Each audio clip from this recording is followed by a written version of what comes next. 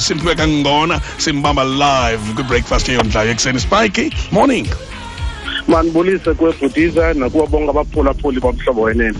Sidlala le ngoma ngebomi ke xa sisiza kuwe ethi cost of living is too high ka-Mr Everything William Thethwa. Ngamanye amaxesha ke sinokufunda lukhulu kwiimpazamo zabanye abantu. Kule namhlanje ke inkqubo Simphiwe ngona wase-WesBank uza kuthetha nathi ngeempazamo eziqhela ukwenziwa ngabantu abathenga imoto, azasichazele noncedo onokulufumana phaa kwa-WesBank. Njengesiqhelo ke ukuba ngaba unemibuzo ofuna ukuyibuza uSimphiwe neqela lakhe, yaba kufacebook ikhasi lethu elithi WesBank Asset Finance, okanye usebenzise iTwitter @WesBank, usebenzise nathi hashtag yethu #WesBankHowTo. Isifundo sakho ke sokuthenga imoto singafikelela kwiindawo zethu zokuncokola okanye mhlawumbe kwinkqubo elandelayo kwi-breakfast eyondlayo ekuseni. Spike, sikhe sathetha ngenzuzo zokubeka idipozithi enkulu. Kaloku badla ngokuthi xa bethetha abantu bangabobetha ngamandla bakwidipozithi okanye ke mhlambi uhlale phansi yenye indlela mhlambi yedipozithi ukufaka imoto yakho endala. Ingaba mhlambi umuntu uyakwazi ukufumana okanye alahlekelwe inzuzo xa ufaka imoto yakho endala? Enkosi bhutiza phambi bandingene emxholweni ndiyathanda bhutiza ukwenza umbulelo kwi-BE show bhutiza.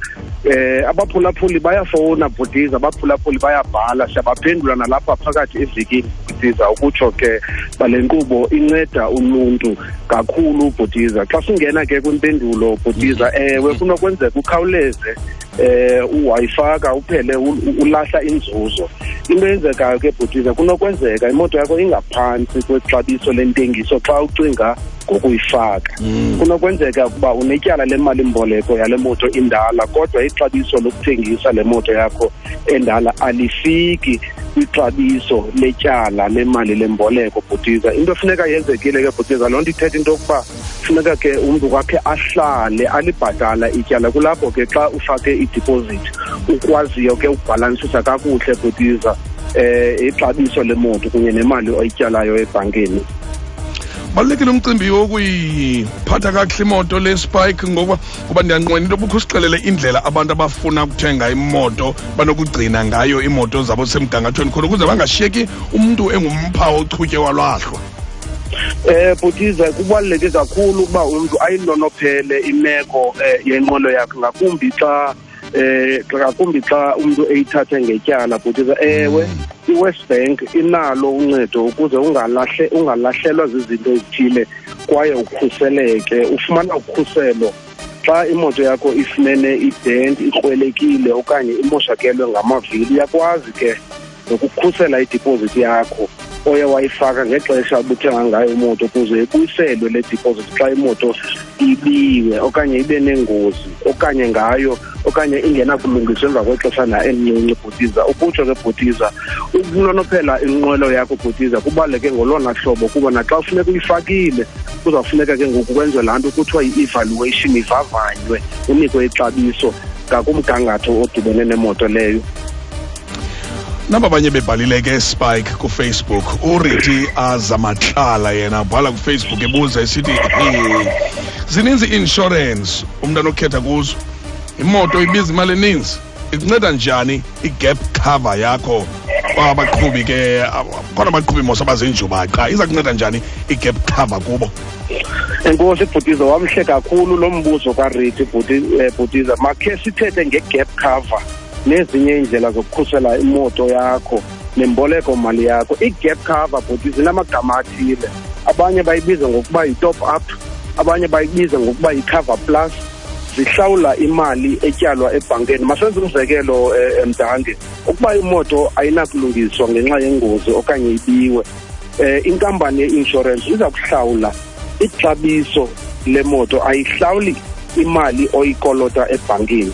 Masithi ke wenze imali-mbaleko ye-200,000 rand, xa ufumana ingozi ibe imoto inexabiso le-150, ube unetyala le-160, ngoku ke i-insurance iza kuhlawulela i-150 yexabiso lemoto kodwa ube utyala i-10,000 rand ebhankeni leyiseleyo. Le ke kuthiwa yintsalela ngamazwi abantu basemzini ke bhutiza, le nto kuthiwa yi-shortfall amount. Xa une-gap cover okanye une-top up cover ke bhutiza, ithatha ke loo nxaxheba yokuvala ke eso sikrobo phakathi kwemali yexabiso lemoto nemali oyityala ebhankeni.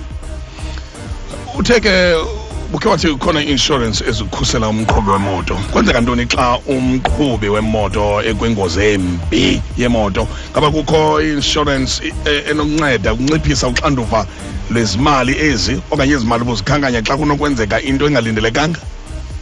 Bhutiza, ubomi bunamahlambe enyuka, asazi ukuba kungenzeka ntoni na xa sele uphumile endlini okanye usendleleni.